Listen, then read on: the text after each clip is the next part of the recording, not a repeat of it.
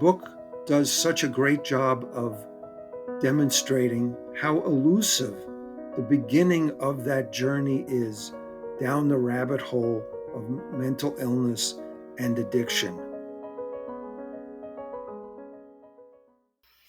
Mindy Greiling was a member of the Minnesota House of Representatives for 20 years.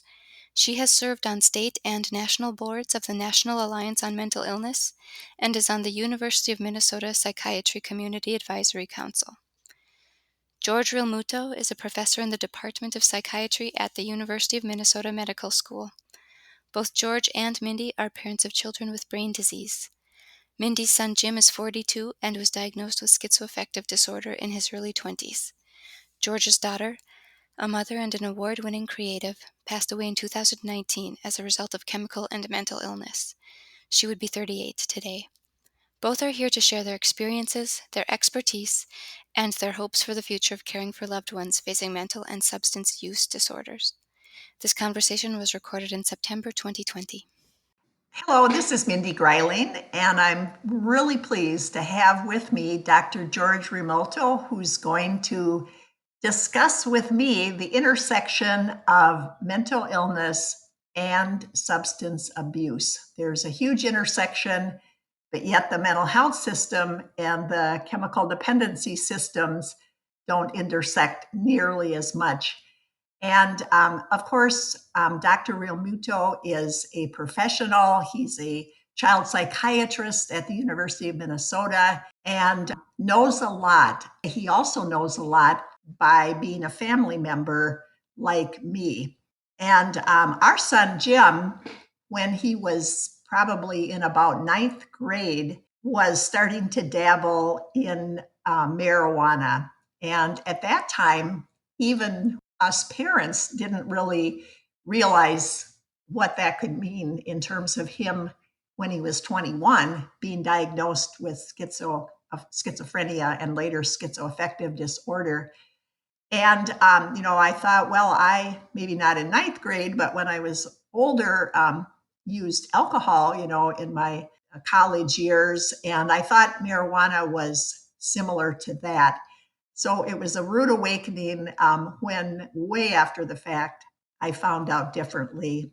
And Jim has been ill now for 20 years, and even he himself will say that if he had known the effect that marijuana, and then it led to other drugs with him, much more serious drugs as well, then he would have been much less apt to use it, or at least as much. He feels that he got sick earlier than he would have, worse than he would have, and maybe he could have even gotten away with a very mild case if he hadn't used all those drugs. So we've had a very hard time, and that's why I wrote my book that Dr. Realmuto was kind enough to read early. Can I call you George? Mindy, yes, you can. Your family experience has been similar to ours, except yours ended much more sadly. Can you tell us a little bit about your daughter? I certainly will.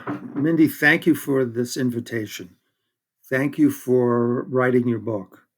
Thank you for exposing in your book the vulnerable emotions that family members experience when they have a family member, a child, a uncle, sister, daughter, brother, who had so much promise, and then it begins to evaporate. And and your book does such a great job of demonstrating how elusive the beginning of that journey is down the rabbit hole of mental illness and addiction. When perhaps at night at 3 o'clock in the morning, we who have had family members afflicted try to think about if I only I had recognized that sign, or if only I had done something at that point, things would have been different. And it's something that we then live with the rest of our lives. not it's not regret, but it's the need to try to solve a problem that our current culture, society, laws really have very few answers for. We could talk about the medical treatment and how that is helpful, but it needs to be all of those things, and it's not. So let me talk about my daughter. Similar to your son, she started her addiction with marijuana, and she this happened so long ago that the Star Tribune was doing a feature on the early use of marijuana by adolescents. And at the time, it was thought to be strange and unusual. And so she was one of the students interviewed for that story. She had some difficulty with driving because of the use of alcohol and marijuana. But the addiction story starts with kind of dabbling and then experimentation and then recreational use and then addiction that causes some level of dysfunction. You know, the functional addict is a way that people call that, and then for some it becomes malignant. And the malignant story is they live for their addiction because the withdrawal phenomenon and the drive in their nucleus accumbens, their pleasure center, is such that nothing else really can compete with the drug. With marijuana, however, there is another little bit that we know to this story, and the developing brain is influenced by marijuana.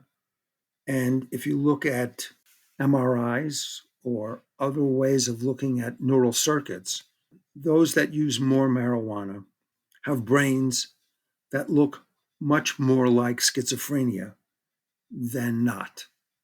And so it is a neurotropic influence on brain development that moves one towards the symptoms of schizophrenia. It's not, that's not well known, but there is scientific evidence that demonstrates that. Both George and I were at a NAMI, Minnesota annual conference last fall. And for the first time, this link that George is talking about is well enough known that there were several workshops at that conference devoted to the connection between early use of marijuana and developing schizophrenia. And they were packed sessions. I wonder if the planners even realized what a nerve they were hitting, but there were, it was hard to get a seat in those sessions. And I, at the time, told George afterwards, I wished he had been one of the presenters because he stood up and spoke to the room so eloquently about this topic. Well, in terms of presentations, I'm going to go back to your book, Fix What You Can. For the most part, when people talk about this, it is a moment in time that's a crisis. Your book is filled with points that were crises.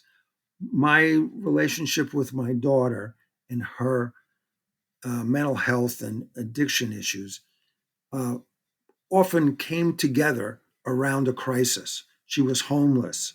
She didn't have money for treatment. The relationships that she had where she was living broke down. She was being abused. There are all these dysfunctions that follow along with the use of drugs, alcohol, and and are contributed to by mental illness. When I was able to read the book and see the whole story laid out, not just a crisis, but the crisis followed by the crisis, followed by the other crisis, followed by things being dropped by the system, things that the system never really considered, the lack of participation by the family and other natural supports that could have made a difference. That is the beauty of this book. The book not just talks about symptoms. You know, I think the medical community is should should take some responsibility. When, as a child and adolescent psychiatrist, and someone brought a youngster to me who was having difficulty, I could go through the symptom list and make a diagnosis. And so, what is my job? To make a diagnosis and prescribe the medications that are consistent with that diagnosis. Well, there's a lot more to this story than diagnosis and treating symptoms.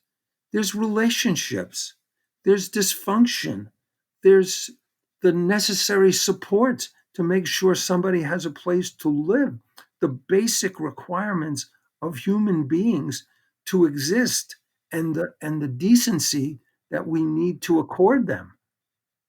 That is a big part of this story, and that's the story that you tell. And I'm glad you do it. Well, I'm really glad that you pegged into the parent piece because, that, as we know, it's an evidence based practice. People that have mental illness do better when their families are involved. But as I have many goals in the book, but one of them certainly was to highlight and showcase the plight of the parents and how when someone is in crisis, as your daughter was, and our son thankfully isn't at the present time, but certainly has been many times, and only a few of them are in the book, then the mental health system tends to throw up their hands and toss the person back to the family. But when they're doing better or when they're in crisis and then coming out of it, then the family is often held at bay. Have you signed a release of information? Are you sure you're not the problem? I think a lot of us parents, feel defensive because we get looked at askance. Maybe we did something. We already think we must have done something. And then the mental health system reinforces that. That maybe these aren't always good parents. Maybe we're part of the problem.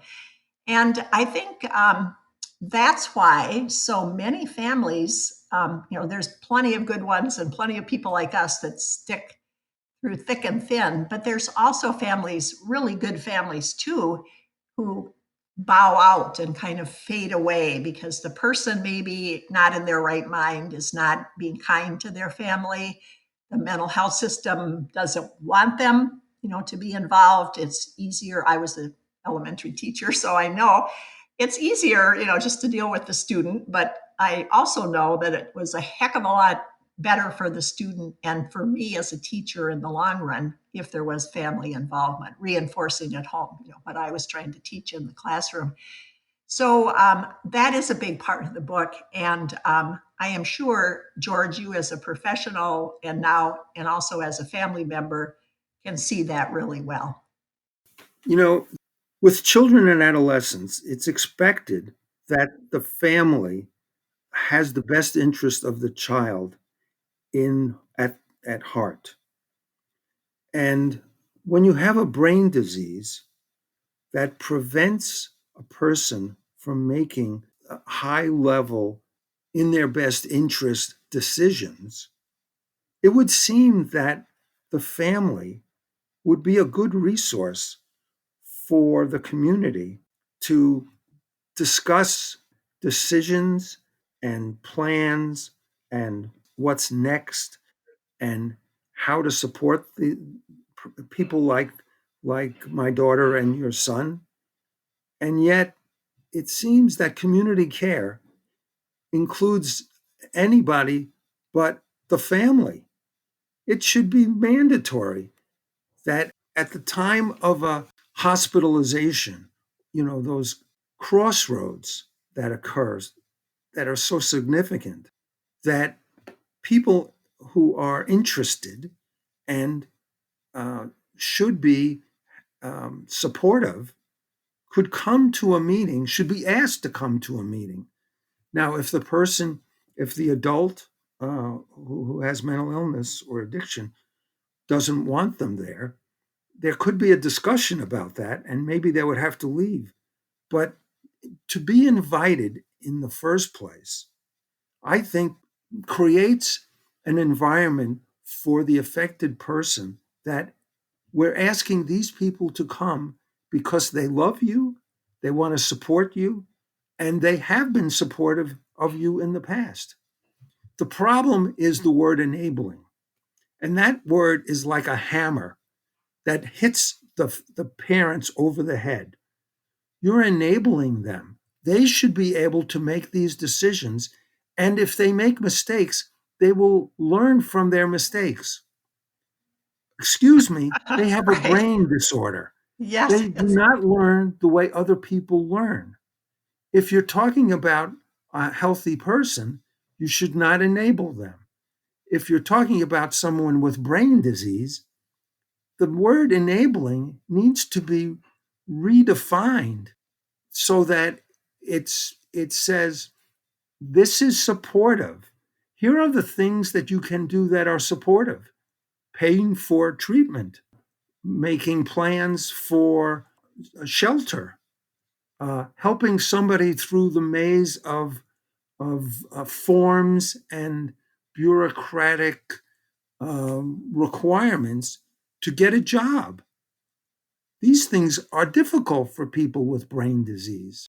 This is music to my ears to hear you say this because, this is exactly what I think. Our family tried Al-Anon. We were recommended actually by more than one person in the mental health system. Try Al-Anon, even though Jim was not an alcoholic. It's other drugs that he abuses. And we went, and yes, it was focused on alcohol, but not totally. But the topic of mental illness did not come up. It was all about exactly as you're saying, George, not enabling, learning when you can sit back, take care of yourself, don't let yourself get sucked in.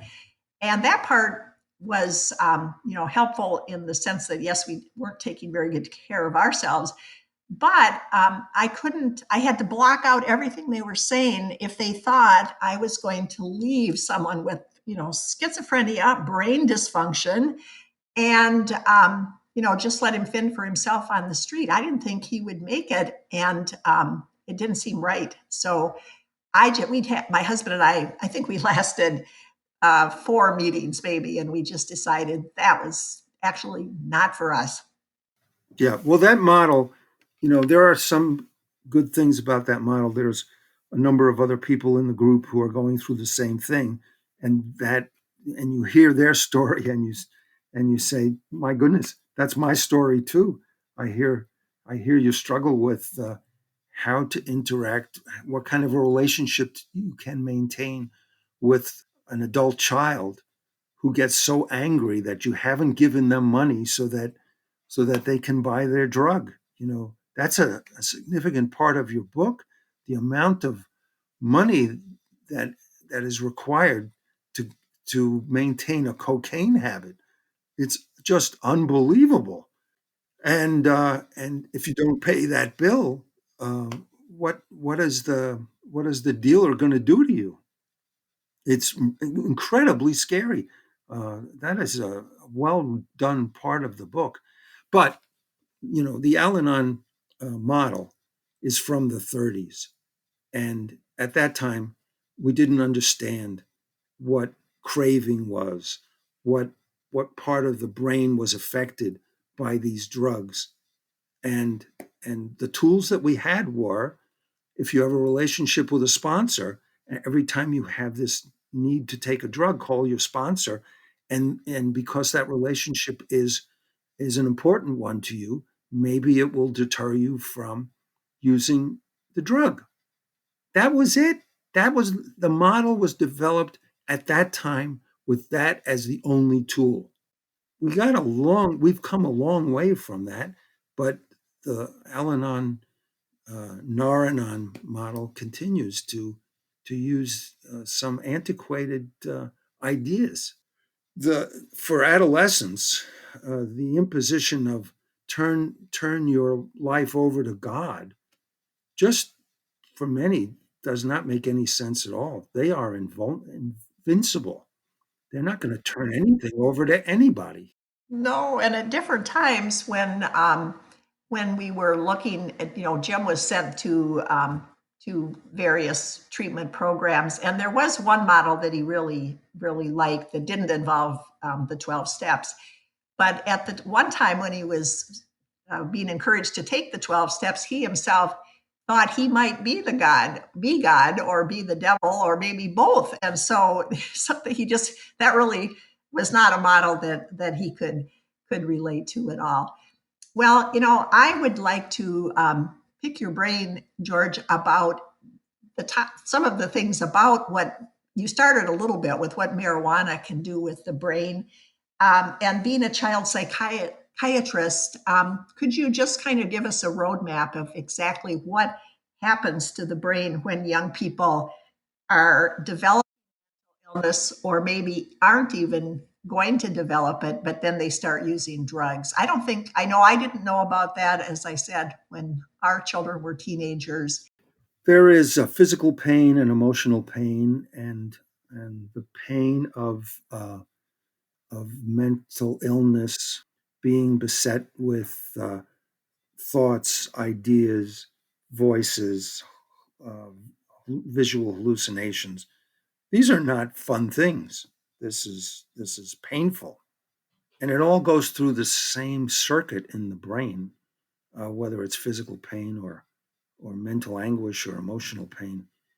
And the thalamus is involved, and the limbic system is involved, and the amygdala is involved, such that you're in a car accident or you're raped or you're shot at, and it's traumatizing. Every time you hear the sound that's similar to a gunshot, your stress hormones and the stress response system kicks in. And rape is when you're in the presence of someone who is acting bossy, aggressive, controlling. The same stress response system kicks in, um, and so that is another part of the pathway to the use of drugs and alcohol and other things that affect the amygdala, because the amygdala is like the volume on the radio. And once it gets turned up by these traumatic experiences, or by mental illness, or by other circumstances like toxins, uh, it's very difficult to turn it back down. You have reset your system so that you're in vigilance. You're attuned to the environment, trying to protect yourself from this stress response system going into overdrive. So there's a common pathway here, around which the pain of that system, the fear of that system overtaking you and making you feel overwhelmed. There's a couple of solutions, CBT, and some new treatments that can be delivered through electronic stimulation. Could you tell everybody what CBT stands for? Cognitive behavioral therapy, Yes, yes. where you work very hard, and there's a lot to it, to use your brain to think about other ways and other solutions other than the one that's right before you. Like, there's a voice telling me I'm God, and so if I'm God, then I ought to be able to do this, this, and this. Okay, um, there's another part of your brain that could add a different perspective to that. I know it's going to be very hard to think about a different perspective, But with practice, you can do it. And that's why it's a skill. And you come away from CBT with a skill that offers you alternatives to the pathway that's usually taken in your brain. And our son has actually had that, and he has really benefited from it. He thinks it's a lot of work, that he can't just trust his perceptions or trust that he heard what my husband or I or any of his friends might have said. He has to use that.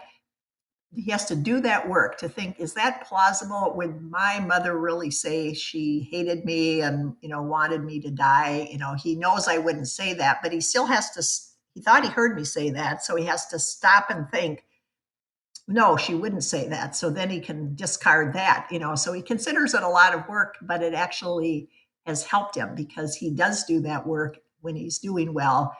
And then he can move on and separate out what's real and what is not.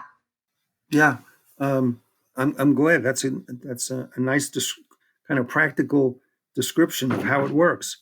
And so there are talk therapies like that. There's the antipsychotic medications that have the new ones that have some level of effectiveness.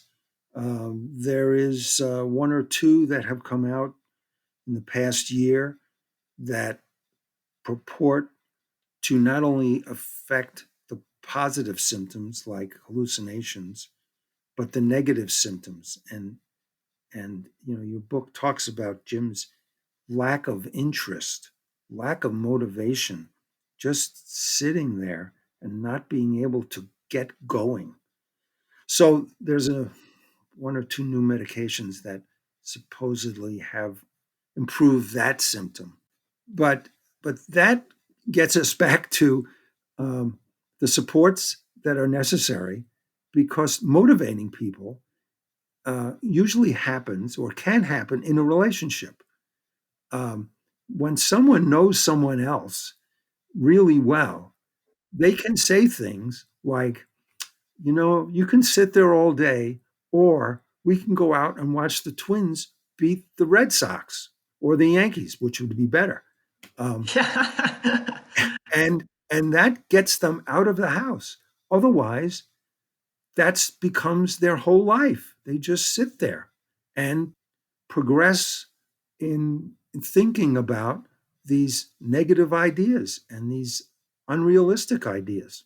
That's one of the things that bothers me about the mental health system, because families are much more apt to do that. And as we've already said, yet families aren't always welcome within the mental health system. But, there are case managers, very well meaning social workers, nurses, doctors, um, people that work through caddy waivers, to help with things.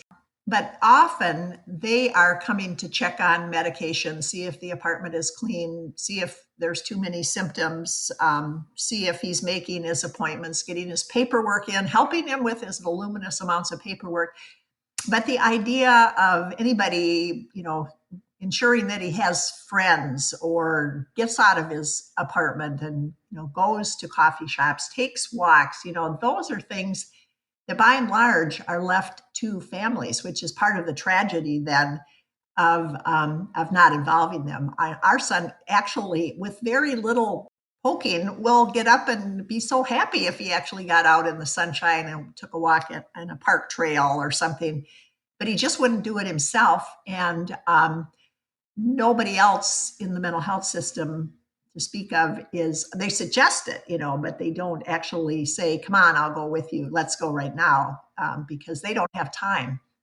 Yes, Mindy, and so that certainly should be part of a community care plan where the kind of social, recreational supports are made available.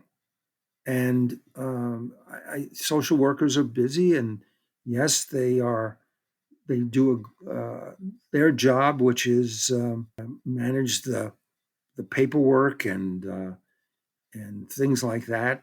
Um, find another apartment if necessary. Uh, Connect the funding to the client, but the real business of living a life is not that. The real business of living a life is the enjoyment of the contacts you have with people who you feel good about being with. That's a life. And where is that in the plan? Exactly. And what role do you think illicit drugs play in people's lives who have mental illnesses, who aren't having those kinds of experiences, so they aren't feeling happy in those ways? Is there a correlation between drug use and having a life that's not satisfying? Absolutely. And here's how I think it works. People with mental illness become marginalized. And so their access to healthy people is decreases. They get narrower and narrower number of people who are willing to put up with their unusual ideas, their rants, and their difficult behaviors.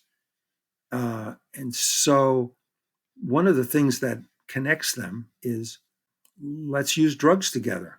It's a party. We're at a party, and so we're using drugs together. And there are people there who now accept me because I'm using drugs with them.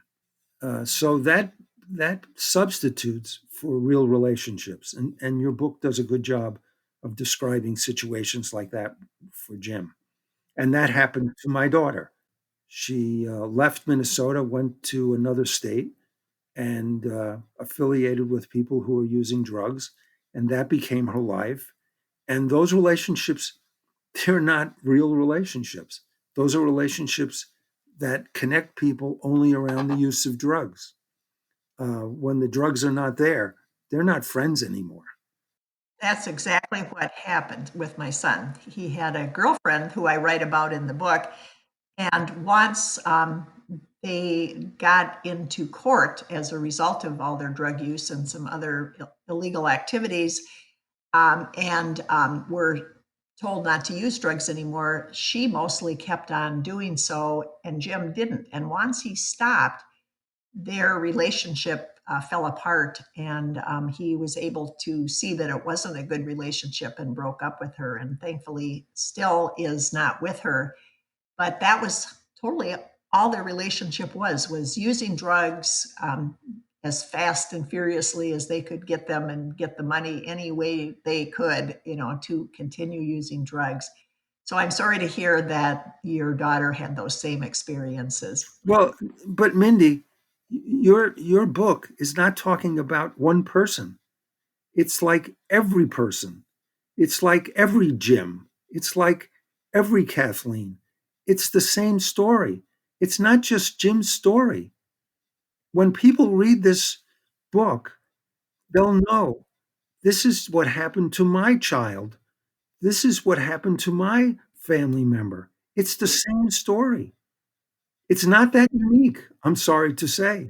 Yeah, I'm really sorry to say that too, but I've read other books and I've found a lot of commonalities, and that was my hope with this book. I did hear the current head of psychiatry at the University of Minnesota say, if you've heard one story about a person with mental illness, you've heard one story. And I think that's true in a very tight definition, but I think it's more, as you said, there's so many commonalities that we can totally take one person's story and relate it to ours in so many ways.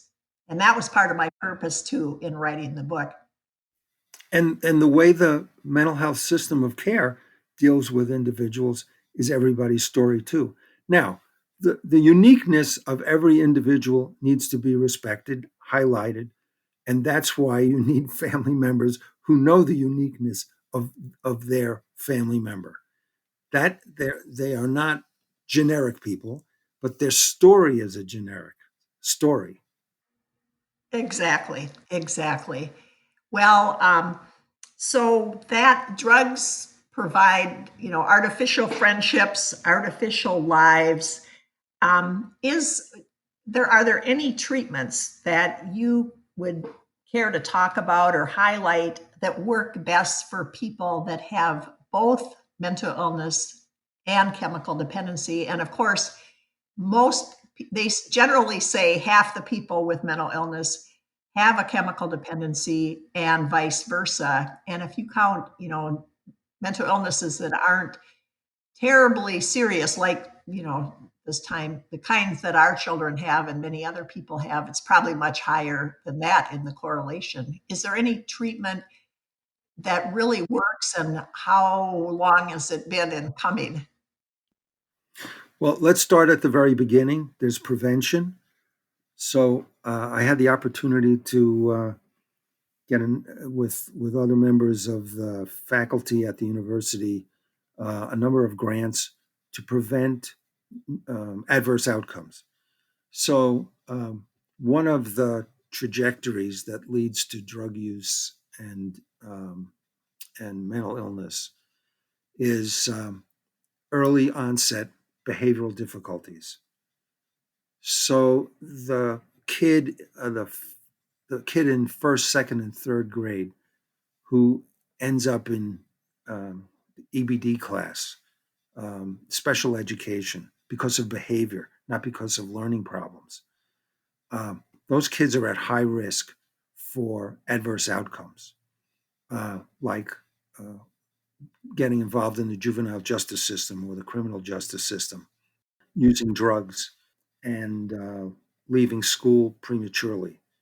And there's a lot of environmental issues and genetic issues, but there are things that prevention programs can do to allow those kids to have skills so that they can connect with pro-social peers and not get marginalized so that the only peers they have are those who have negative behaviors.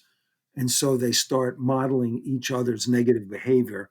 And where is that going to go? So we had a project called Early Risers, and there are a number of these that have been developed and sponsored by the federal government. And um, and some of those elements uh, are in our school at this point. Social emotional supports and education.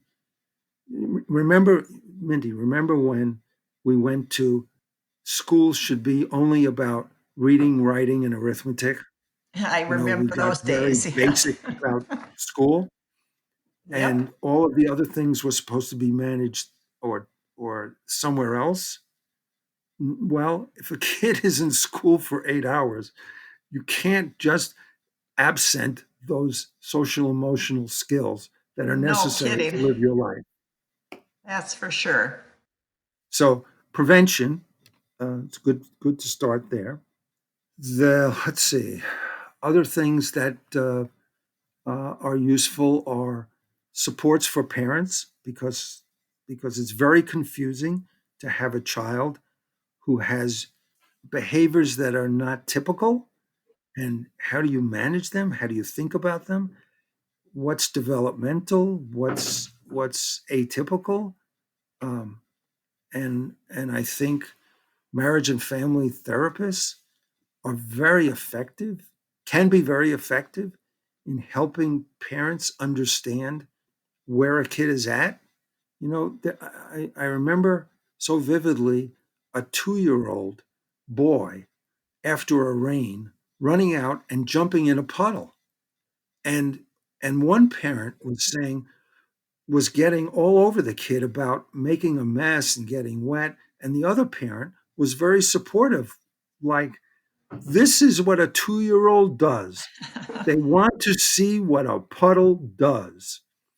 And so I could imagine later in the day, those two parents argued about what was the right thing to do. I'm And, sure they did. and yes, and how many parents are experts in child development to know that was such a need for that child to jump in that water?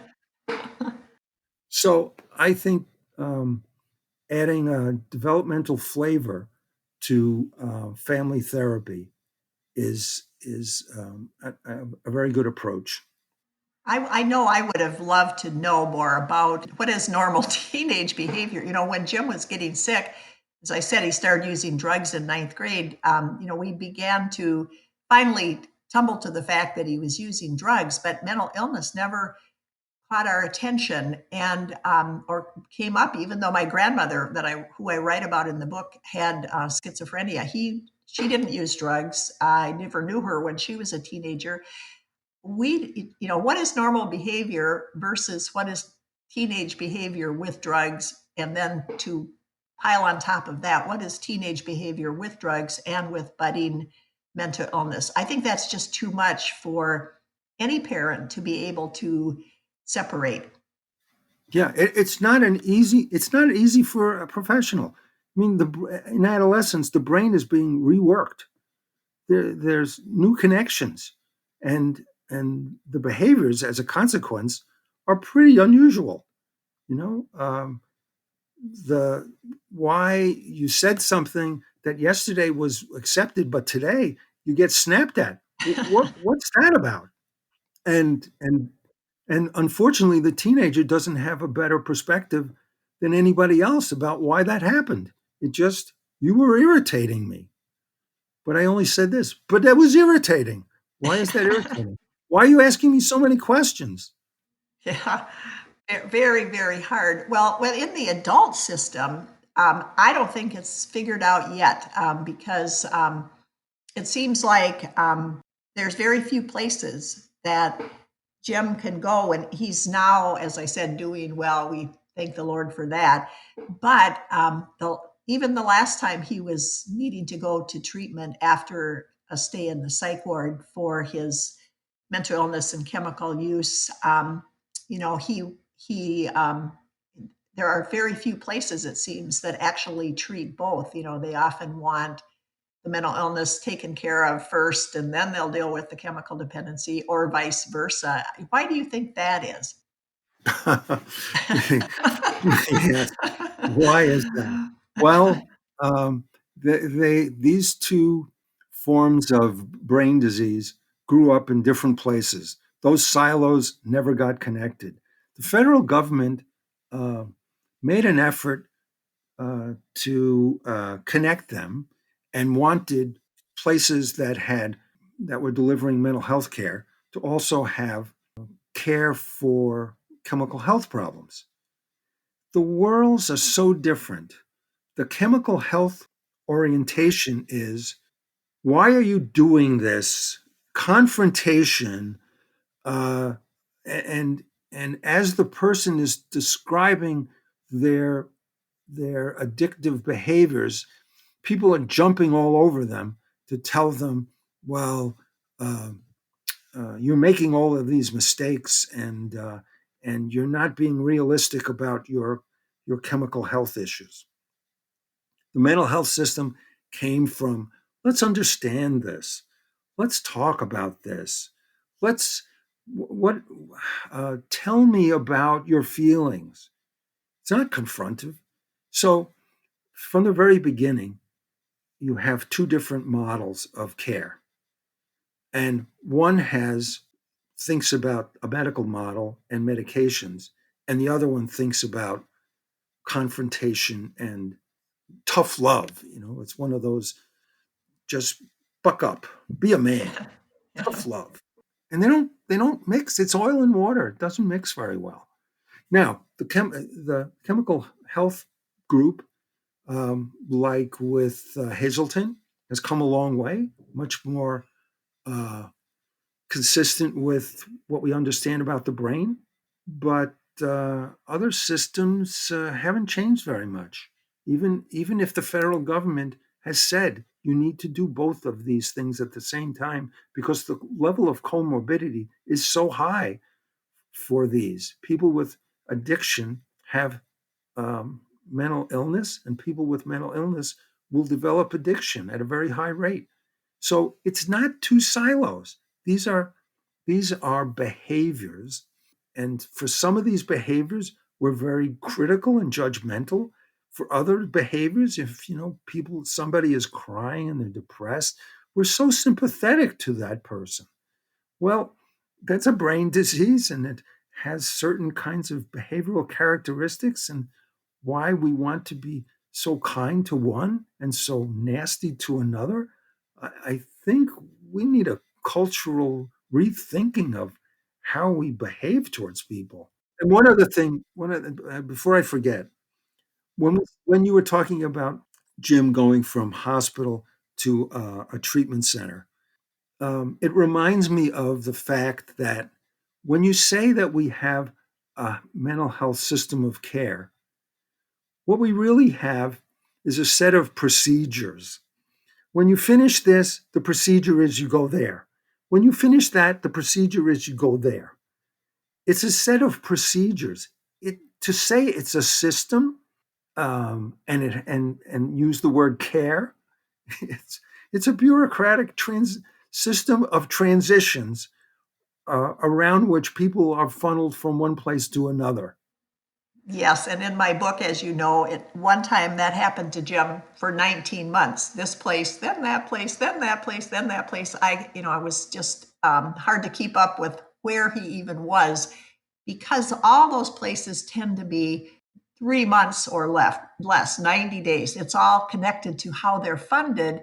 And once the funding is done, it doesn't matter what stage the person is in terms of their mental health or their chemical dependency. They need to be moved on to somewhere else where nobody knows them either. It's really not a good system. You're exactly right. It's a procedures around transition. It is not. It does not. And you say this so clearly. Why can't we just see what they need and give them what they need? It Yes. seems so obvious. I know it. Now that leads into another sticky wicket question that we've had a lot of trouble with Jim at different times when he's not doing well, especially, and that is for every Jim, as you say, what do we do about people who don't agree to be helped? If they have brain dysfunction, there's nothing the matter with me. I don't have a mental illness. I can handle my substances that I'm using, and I'm not going to cooperate, and you can't make me. What do you do? What do we do about that? Obviously, there's civil commitment for the very, very, high level people that are dangerous to themselves or others. But what about everybody else if they won't agree to be helped? Mindy, you're defining the use of the Commitment Act only when it bothers other people. When I'm upset because this person is bothering me, he's a danger to me, or he appears to be a danger to himself, and that's going to be really messy. So let's not have that. But it's the same brain disease at the lesser level of bother as well. They're not making these good decisions. I don't understand why I can't just go to a judge and say, my daughter has been diagnosed with such and such. She's having these behaviors and she's refusing to do things in her best interest. I may not know exactly what her best interest is, but I know it better than anybody else. Why don't you empower me to make these decisions for her? Because this is what will happen, because it happened the last time. The things that happened in their apartment caused them to be kicked out of their apartment and to become homeless. It's that she's not going to be homeless now, but she will eventually. Can we do something now before it's danger to self and others?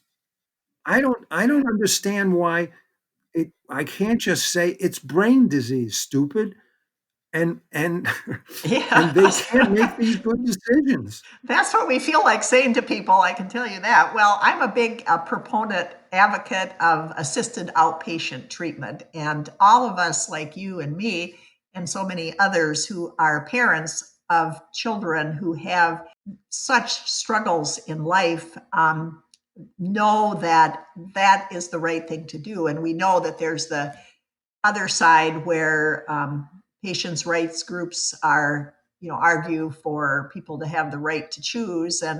But to me, I see it so clearly. They're not talking about someone as ill as our children. And the idea that we want someone to have the right to die because of their substance abuse or through some other suicide attempt, or to, in the case of our son, as you know, to jump off a building and break his back, those are things that could be prevented. And it seems like if we would stop and think carefully about the people who need help, there would be more talking about assisted outpatient treatment. Instead, most elected officials, and I know this well, having been one, don't want to run afoul of the American Civil Liberties Union or groups like that do so much good in so many areas, but are so wrong on this one. They, so I see it a little differently. They hide their nihilism about effective intervention behind the term they have their right. They have the right to do bad things to themselves. Why should I? Why is our society at the point where saying they have the right to do bad things to themselves? Should I be respectful? Yes. Should you be respectful? Yes. Do I believe in the dignity of a human being? Yes. And that's why I think I need to intervene rather than throw up my hands and say they have the right to do that. That's nihilism. That's not intervention.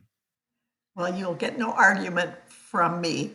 And we've had a wonderful conversation, and we've covered so many things. And I'm so very honored and pleased, George, that you have spent all this time discussing these important issues of mental illness and substance abuse with me, and talking about our children and the scores of people that they represent and their families like us. I just want to close. I always like to end, if I'm ever talking about mental illness, on a more hopeful note.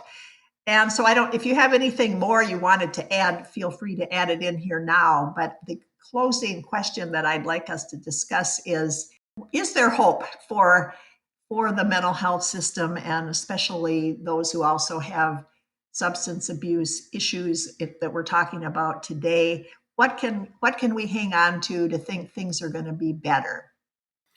I've got things to say about that too, and I want to say thank you for inviting me to do this.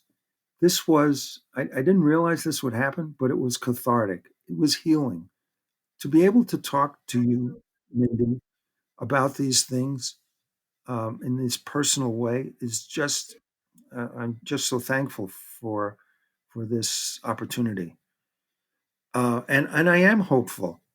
Young people are seeing the world very differently than we are. Black Lives Matter may be all about systemic racism, but it's about a lot of other things that are like that. The way that addicts are treated is horrendous, is horrible, is inhumane. Letting people live on the street because they have mental illness is inhumane. And I think young people are saying this is not right. We have to be respectful. We have to. We cannot allow people to be treated badly. Everybody, we're all human beings. Human beings matter, and I think there's a cultural revolution going on that I hope also touches mental illness and chemical illness. When you talk to young people, they seem to have it right. So that is my biggest hope. I'm leaving this. I'm old, and I'm leaving this planet in the hands of some people who are advocates and just have a belief in the human race that for many older people they have entrenched themselves in ideas that are not helpful. So that's my biggest hope. Well, I can piggyback on that and say me too, because writing my whole book was cathartic for me. I didn't think it would be when I started writing. I was just joining a writing group at the Loft, and I actually didn't write about mental illness for the first couple of turns I had. But once I started, I could see that was, the story I was meant to write, and it was very cathartic. And my hope for the future is the same as yours, and that's the young people. I have a granddaughter who is 16 years old, and she and her friends freely discuss mental illness. One of her friends that she's known since they were toddlers was struggling with depression or some sort of illness. I never caught the diagnosis, but he was missing a lot of school. He's a brilliant kid, but he wasn't doing his homework and doing well. And she kind of helped him through it. His mother found him a psychiatrist, and he had the support not only of his mental health staff and his family. He had the support of his friends, which I don't think happened even when 20 years ago when Jim was getting sick. I know it didn't happen, and it's happening today. So I think that's the hope for the future too, the young people. So on that note, I think it's a good spot to end, unless you have any parting words, George. Yes, thank you very much, Mindy. Thank you for writing this book. Uh, should we put this book on every legislator's lap? I think we should. I think we Very good. definitely I should. agree. All right. Thank you so much, and I look forward to talking with you again in the future. You're such a star of a psychiatrist and a person and a friend. So thank you. Thank you. Bye bye. For more information, please visit z.umn.edu/fix what you can.